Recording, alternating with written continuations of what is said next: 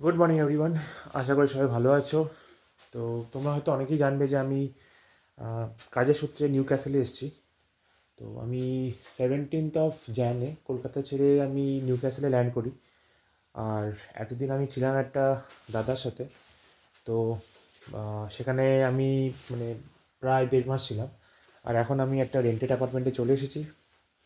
তো এখন আমি একটু বেরোবো, কিছু জিনিসপত্র কিনতে বেরোবো।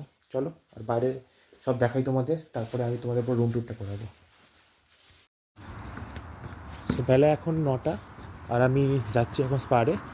তো স্পারে অ্যাকচুয়ালি অনেক কিছু ফুড আইটেমস পাওয়া যায়, যেমন ধরো তোমার আলু পেঁয়াজ আর টমেটো, আরও অনেক কিছুই পাওয়া যায়। তো আজ যেহেতু শনিবার আর আমি আজকে ভেজ রান্না করব, তো এখন যাচ্ছি স্পারে কিছু টমেটো আর যা যা জিনিসপত্র লাগে, দুধ ফুড, ওগুলো নিয়ে আসার জন্য। তো এখনও তোমার সকাল, সূর্য উঠেছে বাট সেরকম লেভেলের রোদটা আসছে না, ঠান্ডাই লাগছে এমনিতেও। ছোট্ট একটা বাচ্চাকে কোলে করে নিয়ে যাচ্ছি। আর সত্যি কথা বলতে এই জায়গাটা নেওয়ার একটাই উদ্দেশ্য হচ্ছে, জায়গাটা সত্যি খুব ভালো। অনেক ফ্ল্যাটই এখন রেনোভেট হচ্ছে, আস্তে আস্তে সব কিছুই আরও বাড়বে এখানে। আর এখানে অ্যাজ ইউজুয়াল সবসময় একটা পার্কিং লট অ্যালোকেটেড থাকে সবার জন্য। তো এখানে সবসময় একটা গাড়ি ফাড়ি রাখাই থাকে। ঠান্ডা ভালোই লাগছে, বাট কিছু করার নেই। এখন তোমার টেম্পারেচার হবে অ্যারাউন্ড 6 ডিগ্রি হবে হয়তো। রাত্রেবেলা চলে যায় 0 ডিগ্রি 1 ডিগ্রি, বাট এখন যেহেতু সকালটা বাড়ছে তো 6 ডিগ্রি 7 ডিগ্রি মতনই আছে।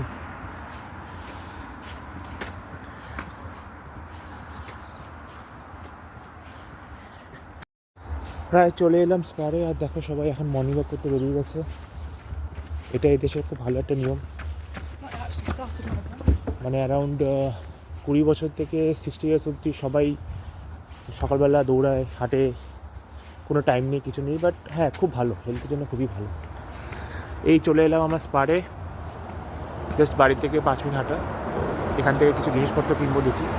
আর সামনে গেলে তোমার সেন্সবেরি আছে, অ্যাজডা আছে, ওরা একটু বড়ো, ওখানে অনেক কিছু আরও বেশি পাওয়া যায়। বাট স্পারে তোমার লিমিটেড পাওয়া যায়, সব কিছুই পাওয়া যায় না, বাট হ্যাঁ লিমিটেড কিছু পাওয়া যাবে।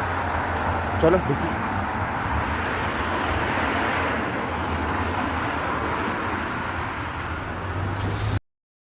বেরিয়ে পড়লাম স্পার থেকে, আর এখন আমি যাচ্ছি বাড়ির দিকে। তো বেসিক্যালি যখন আমি নিউ ক্যাসেলে এসেছিলাম তখন আমি একটা শেয়ার্ড অ্যাকোমোডেশনে ছিলাম একটা দাদার সাথে। তিনিও কগনিজেন্টে এখন অবধি আছে। তো সেখান থেকে আমি এই গসপত এলাকাটা আমার মানে অনেকটা চেনা পরিচিতি হয়ে যাওয়ার পরেই আমি এখানে একটা রেন্টেড অ্যাপার্টমেন্টের জন্য ট্রাই করছিলাম। তো যাই হোক, ওটা পেয়ে গেছি।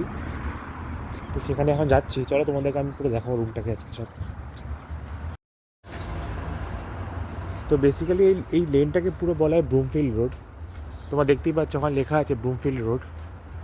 তো এইখান থেকে জাস্ট ডান দিকে গেলেই আমি যেখানে থাকছি সেই বাড়িটা আছে। অ্যাজ ইউজুয়াল এখানে সব পার্কিং লট ফুল, কেননা এখানে যে যার নিজের গাড়ি নিজের বাড়ির সামনেই রাখে। তো যেহেতু আমার কোনো গাড়ি ফাড়ি কেনা নেই, আমি এখন সবাই জাস্ট এসেছি, তো যাই হোক কিছু বলাটা যাবে না। এখানে দু সাইডে দুটো বড় বড় ফ্ল্যাট টাইপ আছে, এখানে ফ্ল্যাট না ঠিক, মানে একটা হাউস টাইপ এগুলো। তো এখানে অনেক অনেক বাড়ির সামনে দেখতে পাবে তোমার সিটিং অ্যারেঞ্জমেন্টের ব্যাপারটা আছে, কেউ গার্ডেনিং করতে পারে এখানে। চলে এলাম 29 ব্রুমফিল্ড রোড, যেটা আমার অ্যালোকেটেড হাউস নাম্বার। আর দরজাটা খুলি।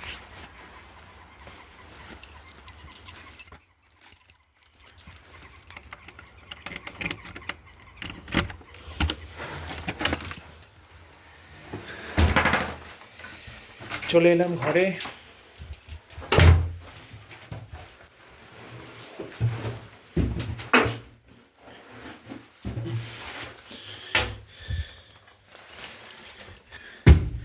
এটা অ্যাকচুয়ালি 2 বেডরুম একটা হাউস। তো এটা হচ্ছে পুরো এন্টায়ার বেডরুম।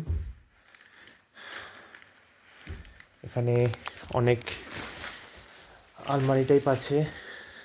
আর এখান থেকে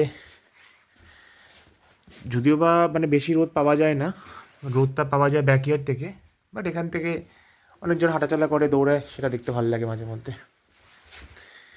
চলে আসি আমরা সেকেন্ড রুমে।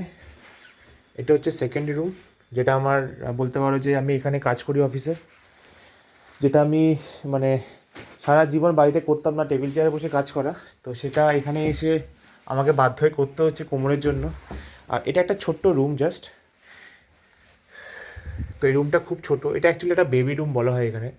তো যাদের ফ্যামিলিতে বাচ্চা বাচ্চা থাকে তাদেরকে এই রুমটা অ্যালোকেট করা হয়। এটা হচ্ছে ডাইনিং।